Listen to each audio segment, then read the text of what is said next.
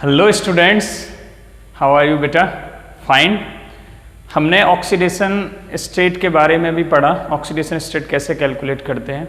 ठीक है, अब तीसरा मैं आपको रेडॉक्स रिएक्शन ही बताना चाहता हूँ ऑक्सीडेशन नंबर के टर्म्स में, और फिर थोड़ा सा मतलब ये वीडियो में कुछ जनरल डिस्कशंस हैं oxidation number in terms, redox reaction in terms of oxidation number, and then what is the difference between valency and oxidation number and what is stock IUPAC system। ठीक है, stock system होता है, कैसे हम जब नाम लिखते हैं तो स्टॉक नोटेशन बोला गया है। ठीक है, स्टॉक ने कुछ बोल दिया था कि जब हम ऑक्सीडेशन नंबर निकालेंगे तो उसकी ऑक्सीडेशन स्टेट को कंपाउंड के साथ नेमिंग में कैसे लिखोगे, कुछ कंपाउंड्स में लिखा जाता है जैसे कोऑर्डिनेशन कंपाउंड्स हुए। ठीक है, तो वो हम आपको आज सिखाने वाले हैं। तो सबसे पहले स्टार्ट करते हैं redox reaction in terms of oxidation number. लिख लो, टॉपिक डाल दो, रेडॉक्स रिएक्शन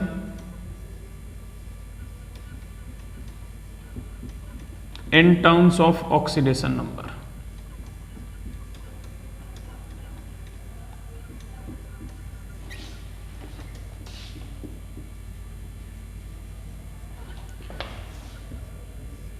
तारा रंपम सर कब खत्म होगा रेडॉक्स? हो जाएगा, चिंता मत करो। सब समझ में आना चाहिए, सब समझ में आ रहा है तो फिर ठीक है, सब समझ में नहीं आ रहा है तो कुछ गड़बड़ी है, उसे ठीक करो। ठीक है, देखो मैं ज़्यादा कॉम्प्लिकेटेड नहीं बनाना चाहता, सिंपल बात करूंगा कि मान लो मेरे पास, पहले मैं एग्जाम्पल ले रहा हूं फिर उससे कंक्लूजन दे दूंगा तुम्हें, और तुम्हें वो कंक्लूजन याद रखना है बस। ठीक है, तो एग्जाम्पल लिख रहा हूं मैं यहाँ पे कुछ, फिर उनमें समझा दूंगा। क्लियर? देखो बेटा, आपके सामने दो रिएक्शन लिखी हुई है। पहली है मैंगनीज ऑक्साइड रिएक्शन कर रहा है एल्यूमिनियम के साथ, और मैंगनीज प्लस एल्यूमिनियम ऑक्साइड बन रहा है। ठीक है, जरा यहाँ पे पता लगाना है हमें कि किसका ऑक्सीडेशन हो रहा है, किसका रिडक्शन हो रहा है। ये दोनों एक रिडॉक्स रिएक्शन है। ठीक है, अच्छा कुछ डिफरेंस है इनमें। इसमें आपको किसी भी कंपाउंड के ऊपर कोई चार्ज नहीं दिख रहा होगा, कोई चार्ज नहीं है। तो ऐसी इक्वेशंस जहां पे कोई चार्ज ना दिखे, ऐसी इक्वेशंस को बोलते हैं मॉलिक्यूलर इक्वेशंस। क्या बोलेंगे बेटा? Molecular equation. ये याद रखना। ठीक है, ये डेफिनेशन लिखाने वाली चीज नहीं, बस तुम्हें समझ में आना चाहिए। जहां पे ऊपर कोई चार्ज ना हो उसे क्या बोलेंगे? Molecular equation. ये एक ऐसी इक्वेशन है जिनमें कंपाउंड्स पे नाम लिखा हुआ है। इसे आयनिक इक्वेशन, सॉरी, जिन कंपाउंड्स में ऊपर चार्ज लगा हुआ है, पॉजिटिव हो चाहे नेगेटिव, उससे कोई फर्क नहीं पड़ता है। तो ऐसी इक्वेशंस को क्या बोलेंगे बेटा? आयनिक इक्वेशंस। जैसे यहाँ पे MnO4 के ऊपर नेगेटिव लगा हुआ है, 10Cl के ऊपर, यहाँ Cl के ऊपर यहाँ पे माइनस लगा हुआ है, H के ऊपर पॉजिटिव, यहाँ पे मैंगनीज के ऊपर 2+, Cl के ऊपर तो कोई चार्ज नहीं है, वो तो न्यूट्रल हो जा रहा है इसलिए। ठीक है, लेकिन एक भी चार्ज दिखे आपको इक्वेशन के अंदर तो आयनिक इक्वेशन उसे कंसीडर कर लेना। ये आयनिक इक्वेशन बनती कैसे है? देखो मैं बताता हूं। मान लो जैसे में KMnO4 है, क्या नाम है इसका? Potassium permanganate. ये बात सब जानते हैं। क्या नाम है बेटा इसका? Potassium permanganate. एक्चुअली में इस कंपाउंड के अंदर दो पार्ट है, एक तो है K+ कैटायन और एक है MnO4 एनायन। इन दोनों को जब हम ऐड करते हैं तो दोनों पॉजिटिव नेगेटिव न्यूट्रल हो जाते हैं, इसलिए हम डायरेक्ट KMnO4 लिख देते हैं। ठीक है, लेकिन मैं जब भी हमको मॉलिक्यूलर इक्वेशन से आयनिक इक्वेशन बनानी हो, देखो ऐसा करना पड़ता है, मॉलिक्यूलर इक्वेशन से आयनिक इक्वेशन बनानी हो, जब हम बैलेंसिंग ऑफ रेडॉक्स रिएक्शन देखेंगे वहां पे नंबर ऑफ एग्जांपल्स आएंगे ऐसे। तो हम क्या करते हैं, सिंपल, मान लो मुझे इसका केवल एनायन लिखना है इंडिकेट करने के लिए, तो मैं क्या करूंगा, उसके पॉजिटिव पार्ट को हटा दूंगा, ढक दूंगा। ठीक है, ऐसे भूल जाओ यहां से K+ को, और यहां पे कोई प्लस का मेटल था उसको सिंबलाइज करने के लिए मैं इसकी जगह ऐसा लिख देता हूं MnO4 नेगेटिव। ये क्या इंडिकेट कर रहा है कि इसके साइड में कोई एक अटैच है, वो कुछ भी हो, मान लो वो X है, अगर इसके ऊपर एक नेगेटिव है तो उसके ऊपर एक पॉजिटिव है। सिंपल, ये इंडिकेट करता है। तो मॉलिक्यूलर इक्वेशन से आयनिक इक्वेशन और आयनिक इक्वेशन से मॉलिक्यूलर इक्वेशन आपको कन्वर्ट करना आना चाहिए। आपको यहाँ पे K नहीं बताया है, कोई बात नहीं, लेकिन आपको कम से कम इतना पता होना चाहिए कि अगर वहां MnO4 नेगेटिव लिखा हुआ है तो इससे साइड में जो भी कैटायन अटैच होगा उस पर एक पॉजिटिव आ रहा होगा। ठीक है, तो जब उस पॉजिटिव वाले को अटैच करके लिखते हैं तो उसे मॉलिक्यूलर फॉर्मूला बोलते हैं, मतलब मॉलिक्यूलर वाले टर्म में आ जाता है। ठीक है, लेकिन जब इसे हटा देता हूं तो वही आयनिक फॉर्म में उसकी में कन्वर्ट हो जाएगा। ऐसे ही मैं ये भी लिख सकता हूं, मान लो एनायन ढक दिया तो इसमें से केवल K+ लिख दिया। ठीक है, ऐसा एग्जाम्पल कहां है, देखो जैसे ये H+ है, ठीक है, मॉलिक्यूलर फॉर्म में ये क्या कर रहा होगा, ये किसी एक ऐसे एनायन से जुड़ा हुआ होगा जिसका चार्ज नेगेटिव होता है, और वो मान लो मैंने Cl नेगेटिव है, तुम्हें पता है क्लोरीन के ऊपर एक नेगेटिव आता है ऑक्सीडेशन स्टेट में, हेलोजेंस के ऊपर जनरली एक नेगेटिव आता है, तो मैंने लिख दिया HCl। अब मैं HCl की जगह मान लो मैं इसका खाली कैटायन लिखना चाहता हूं, तो मैं H+ लिख के छोड़ दूंगा। बस इतना समझ में आना चाहिए कि यहाँ एक नेगेटिव होगा जिसका चार्ज, जो यहाँ एक एनायन होगा इसके साइड में जिसका चार्ज 1- आ रहा होगा। ये चीजें तुम्हें पता होनी चाहिए, बेसिक चीजें हैं, ठीक है, इसीलिए हम एकदम मस्त तरीके से हर चीज पढ़ाने की आपको कोशिश कर रहे हैं, ठीक है, समझ में आ गया। आयनिक फॉर्म किसे बोलेंगे, मॉलिक्यूलर फॉर्म किसे बोलेंगे। अब मैं अपने पॉइंट पे आ रहा हूं। देखो पॉइंट क्या था मेरा कि ऊपर एक इक्वेशन दे रखी है, नीचे एक इक्वेशन दे रखी है, इन दोनों में ये समझना है कि ऑक्सीडेशन किसका हो रहा है, रिडक्शन किसका हो रहा है, ये पहचानना है तुम्हें। तो हमने यहां पे पहले से टाइटल डाला हुआ है ऑक्सीडेशन नंबर के टर्म्स में, तो क्या करना है आपको यहां पे, वैसे तो आपको वैसे ही पता चल रहा होगा देख के कि ऑक्सीजन मैंगनीज को छोड़ के जा रहा है, तो removal of oxygen is called क्या होना चाहिए, रिडक्शन होना चाहिए, ठीक है, दिमाग में सेट रखना है। अब हम इसे ही ऑक्सीडेशन नंबर से निकालेंगे, देखो कैसे, और एल्यूमिनियम के साथ आगे ऑक्सीजन जुड़ रहा है इसलिए ऑक्सीडेशन हो रहा है, लेकिन ऑक्सीडेशन नंबर के टर्म्स में कैसे कैलकुलेट करते हैं, देखो मैंगनीज का यहां जरा ऑक्सीडेशन नंबर निकालो इस कंपाउंड में, नीचे लिख लो MnO2, आप पे अब निकालना आना चाहिए बेटा, मैंगनीज का निकालना, इसलिए उसका X मान लो, और +2, 2 ऑक्सीजन है, एक ऑक्सीजन का कितना -2 चार्ज इक्वल टू 0, ऊपर कोई चार्ज नहीं है इसलिए इक्वल टू 0, तो X - 4 equal to 0, X equal to कितना आ गया, +4 आ गया। यहाँ पे मैंगनीज की ऑक्सीडेशन स्टेट कितनी आ गई, +4 में अवेलेबल है भाई जी, ठीक है। मैंगनीज की निकालो, जब भी कोई मतलब एटम प्रेजेंट हो, उसके ऊपर कोई चार्ज नहीं दे रखा हो, अपनी प्योर स्टेट में हो, तो उसकी ऑक्सीडेशन स्टेट हम कितनी कंसीडर कर लेंगे, 0, ठीक है बेटा, कितनी कंसीडर कर लेंगे, 0। अगर यहां पे लिखा होता ना Mn+2 तो मैं +2 काउंट कर लेता हमारे रूल के हिसाब से, कि कोई भी एक अकेला आयन लिखा हुआ हो तो उसके ऊपर जो चार्ज होगा वही उसकी ऑक्सीडेशन स्टेट या ऑक्सीडेशन नंबर हो जाता है, लेकिन यहां तो कुछ नहीं लिखा है, तो इसको क्या कंसीडर करोगे आप, 0।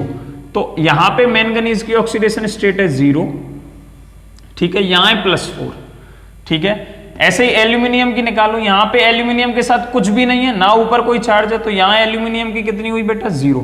+3 नहीं होगी, +3 कब होती, या तो एल्यूमिनियम के ऊपर +3 पहले से लिखा हुआ होता, या इसके साथ कोई कंपाउंड जुड़ा हुआ होता तो ये +3 में अवेलेबल होता।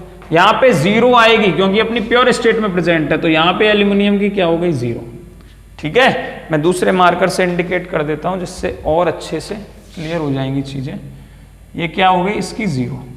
यहां पे एल्यूमिनियम की निकालो, Al2O3 और जी 2Al है हमारे पास, एल्यूमिनियम की हमें कैलकुलेट करनी है, मान ली X+3, ऑक्सीजन कितने हमारे पास, 3 है, एक ऑक्सीजन का -2 equal to 0, 2x - 6 equal to 0, 2x equal to 6, x equal to 3, cancel हो जाएगा ये 3 टाइम्स।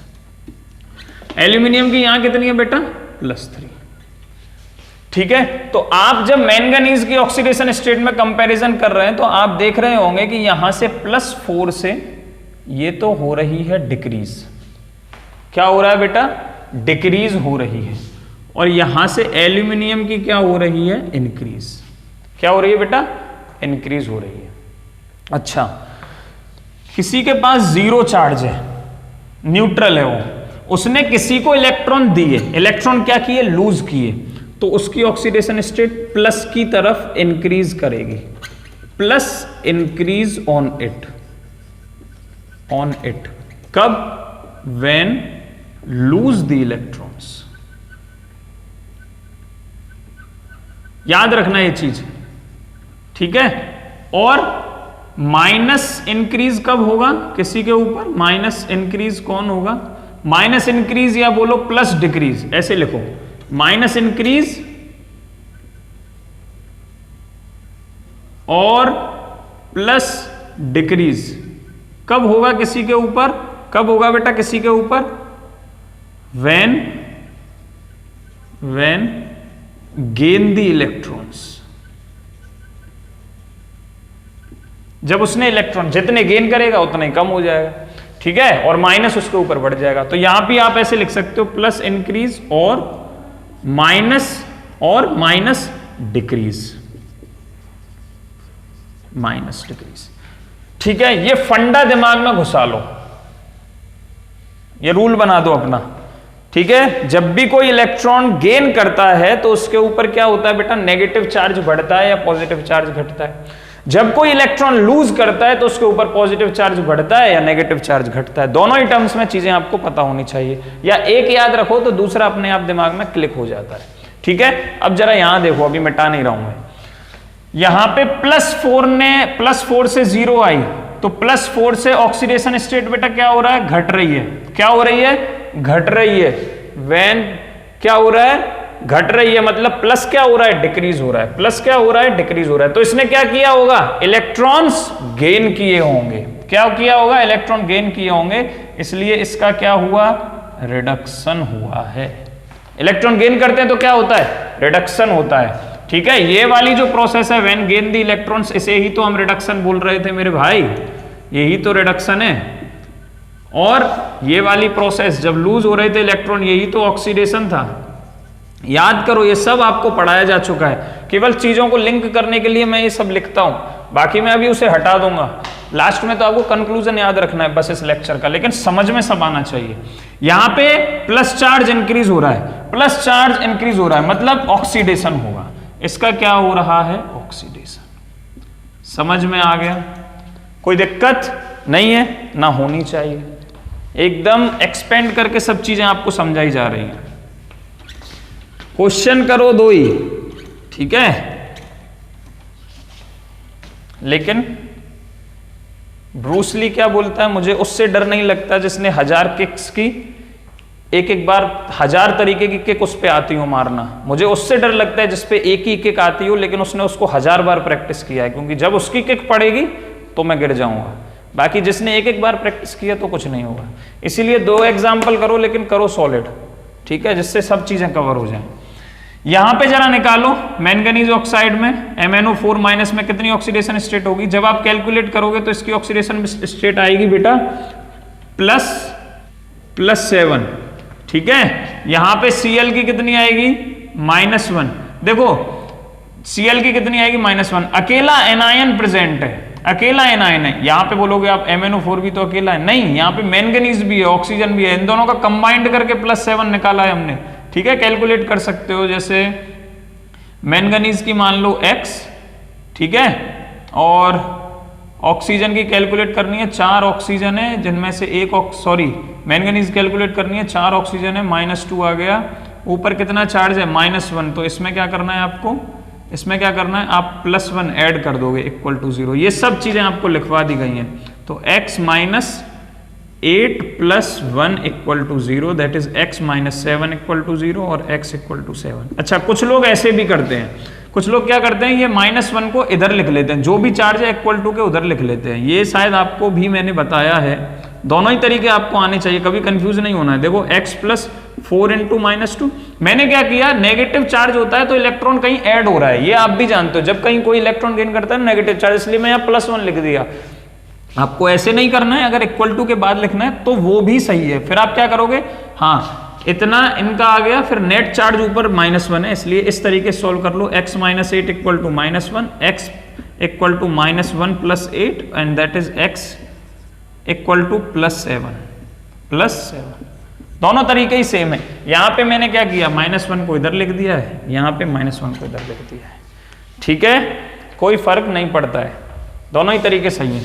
समझ में आ गया अब आपको कैसे कैलकुलेट करने हैं। Cl- में क्या है, अकेला एनायन प्रेजेंट है, केवल Cl है, ठीक है, इसलिए हम क्या करेंगे, वहां पे ऑक्सीडेशन स्टेट -1 मेंशन कर देंगे। तो देखो जरा, यहां पे H की कितनी हो गई, +1, कोई कंफ्यूजन नहीं है, ठीक है। चलो, मैंगनीज की यहां पे केवल अकेला एनायन, अकेला कैटायन प्रेजेंट है जिसके ऊपर 2+ है, तो इसकी ऑक्सीडेशन स्टेट +2। यहां पे Cl अकेला प्रेजेंट है Cl2 की फॉर्म में, that is gas chlorine gas का मॉलिक्यूल है, कोई भी अपनी प्योर स्टेट में प्रेजेंट है गैसियस में, इसलिए यहां 0। ठीक है, अब देखो इन दोनों में कंपैरिजन करना है। हाइड्रोजन और ऑक्सीजन का कंपैरिजन हम नहीं करते हैं ऑक्सीडेशन रिडक्शन में, ये याद रखना। हाँ, अब वाटर ही हो वहां पे खाली दोनों तरफ तो एक अलग सिचुएशन है। हाइड्रोजन और ऑक्सीजन में खाली रिएक्शन हो रही है तो अलग सिचुएशन है, अदरवाइज आप H और ऑक्सीजन का ऑक्सीडेशन और रिडक्शन चेक नहीं करेंगे कंपाउंड्स में, ये आपके दिमाग में सेट रखना। इनके अलावा जो प्रेजेंट है उनका चेक करना है। तो मैंगनीज का यहाँ पे +7 है, यहाँ पे ये डिक्रीज हुआ +2 हो गया, तो +2 में ऑक्सीडेशन नंबर क्या हो रहा है, डिक्रीज हो रहा है ना। +7 क्या हुआ, डिक्रीज हो रहा है। प्लस डिक्रीज कब होता है, जब रिडक्शन होता है। प्लस डिक्रीज कब होता है, जब रिडक्शन होता है। तो यहां भी इसका रिडक्शन हो रहा है। और Cl यहां पे -1 है और यहां पे 0 है। -1 से 0 इधर बढ़ते हैं, नेगेटिव डिक्रीज हो रहा है और पॉजिटिव इंक्रीज हो रहा है, मतलब यहां पे क्या हुआ, ऑक्सीडेशन। चीजें क्लिक हो गई। अब मैं ये मिटा रहा हूं साइड में से, ठीक है, लिख भी लिया होगा, समझ में भी आ गया होगा। इसमें कुछ था नहीं वैसे, लेकिन आपको केवल एक बार समझाना जरूरी होता है, नहीं तो बोलोगे सर कहाँ हवा में तीर मार रहे हो, ऐसे ही आप तो सोच लेते हो, हम तो सोच नहीं पाते, इसीलिए सब एक बार दोबारा बताया। ठीक है, अब देखो कंक्लूजन लिख रहा हूं यहां पे। ऑक्सीडेशन में क्या हुआ है बेटा, जहां जहां ऑक्सीडेशन हुआ है, ठीक है। अब मैं ऑक्सीडेशन नंबर के टर्म्स में बात करूंगा। ऑक्सीडेशन हुआ, that is oxidation number increases. ठीक है, ऑक्सीडेशन में क्या होगा, ऑक्सीडेशन नंबर के टर्म में ऑक्सीडेशन नंबर इंक्रीज होगा। Oxidation number increases. क्या बात समझ में आई। रिडक्शन में क्या होगा बेटा, ऑक्सीडेशन नंबर डिक्रीजेस। रिडक्शन में क्या होगा, ये कंक्लूजन आपको याद होनी चाहिए, बाकी कुछ नहीं। Oxidation number decreases, oxidation number decreases या ऑक्सीडेशन स्टेट। ठीक है, अच्छा अब आओ ऑक्सीडाइजिंग एजेंट किसे कहेंगे और रिड्यूसिंग एजेंट किसे कहेंगे। बस इतना समझाना था मुझे, ये 4 टर्म, लेकिन चीजों को बेसिक से एकदम समझाने के लिए आपको इतना सब समझाना पड़ा। और एक रिड्यूसिंग एजेंट फाइंड कर लो। अच्छा, ऑक्सीडाइजिंग एजेंट को ही ऑक्सीडेंट बोलते हैं, ये और याद रखना। रिड्यूसिंग एजेंट को ही रिडक्टेंट बोलते हैं। तो फंसना नहीं है कभी भी लॉजिकल टर्म्स में।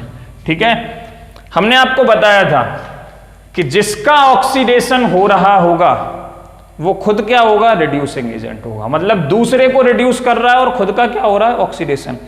तो यहां पे इन दोनों में ऑक्सीडाइजिंग एजेंट कौन है और रिड्यूसिंग एजेंट कौन है, ये आपको बताना है। Mn का क्या हो रहा है, रिडक्शन हो रहा है, उसकी ऑक्सीडेशन स्टेट डिक्रीज हो रही है, खुद की ऑक्सीडेशन स्टेट डिक्रीज हो रही है, मतलब खुद इलेक्ट्रॉन एक्सेप्ट कर रहा है, ठीक है। तो दूसरे को क्या कर रहा होगा, ऑक्सीडाइज। दूसरे को क्या कर रहा होगा बेटा, ऑक्सीडाइज। ठीक है, तो वहां पे दूसरे को ऑक्सीडाइज कर रहा होगा, तो यहां पे Mn क्या हुआ, Mn क्या हुआ, और दूसरे को ऑक्सीडाइज कर रहा है इसलिए ऑक्सीडाइजिंग एजेंट हुआ, ऑक्सीडाइजिंग एजेंट हुआ। ठीक है, क्या थी ऑक्सीडाइजिंग एजेंट की definition, those who oxidise others and reduce itself, दूसरों को ऑक्सीडाइज करते हैं खुद रिड्यूस हो जाए। और वैसे टर्म्स में देखने जाओ तो डेफिनेशन क्या थी इलेक्ट्रॉन ट्रांसफर के टर्म्स में, those who donate the electrons, those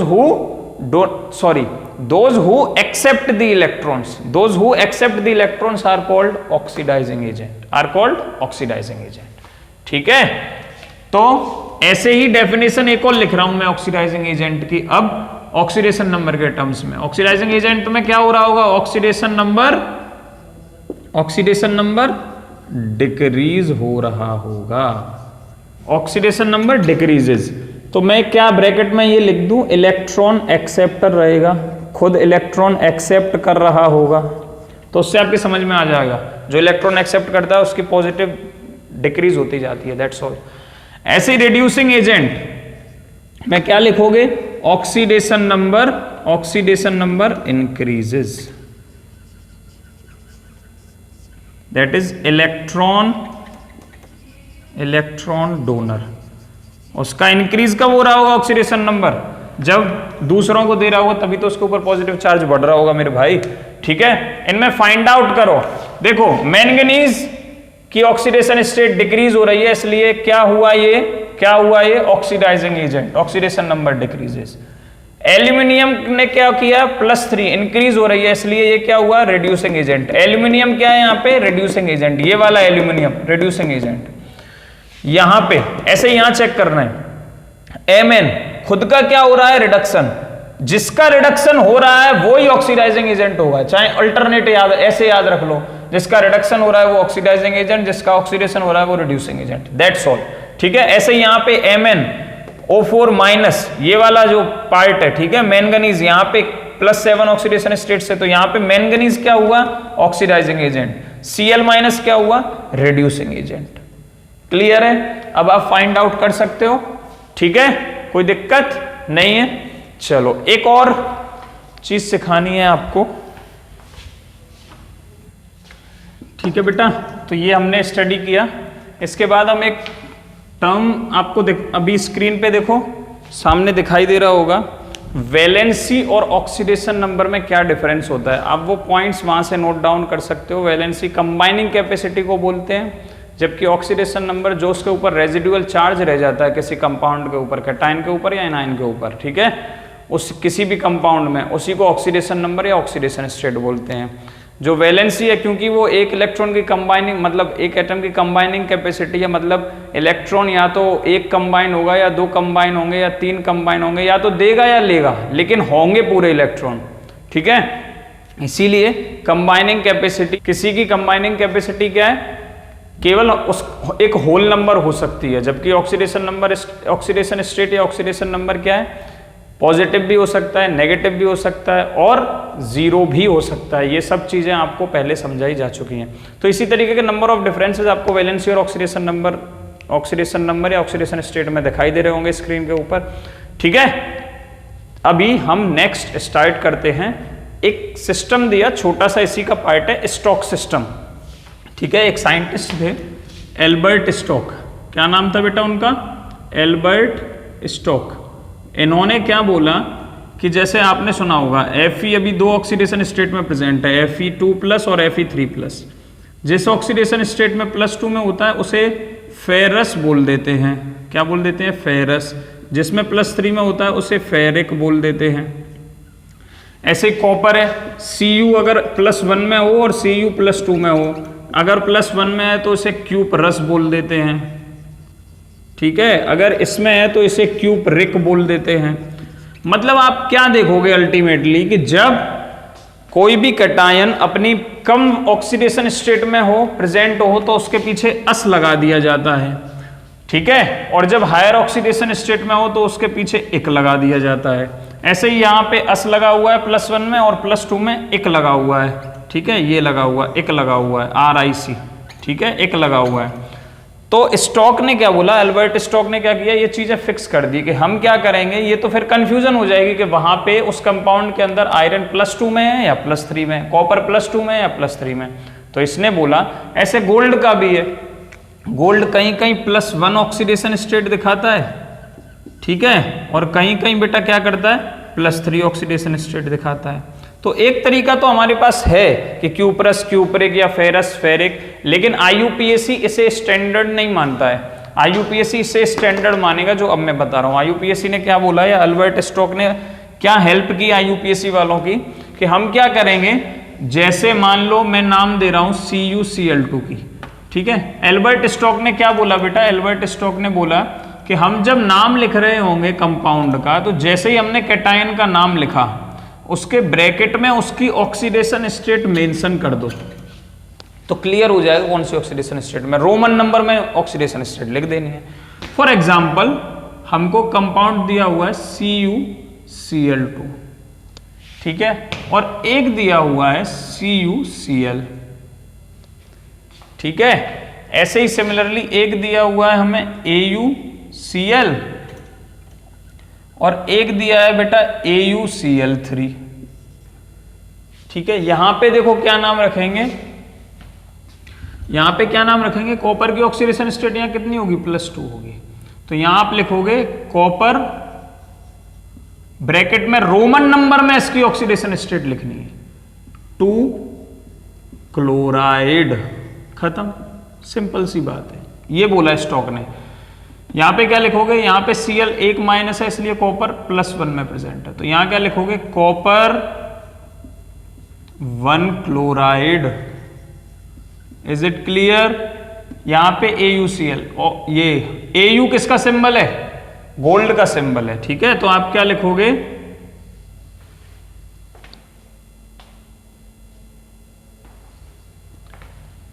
इसके लिए क्या लिखोगे, गोल्ड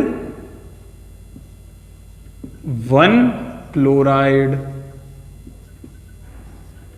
AuCl3 के लिए क्या लिखोगे, gold 3 chloride.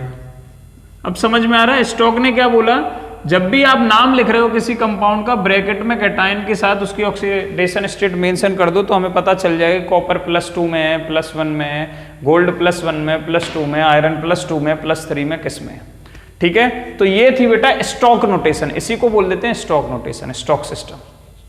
Is it clear?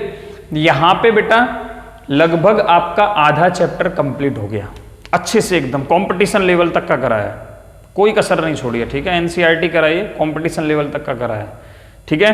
अभी हम नेक्स्ट वीडियो से स्टार्ट करेंगे types of redox reaction and how to balance them. तो पहले एक वीडियो में हम टाइप्स ऑफ रेडॉक्स रिएक्शन देखेंगे, फिर नेक्स्ट स्टार्ट करेंगे हाउ टू बैलेंस। उसके भी 2 मेथड हैं, ऑक्सीडेशन नंबर मेथड और हाफ रिएक्शन मेथड।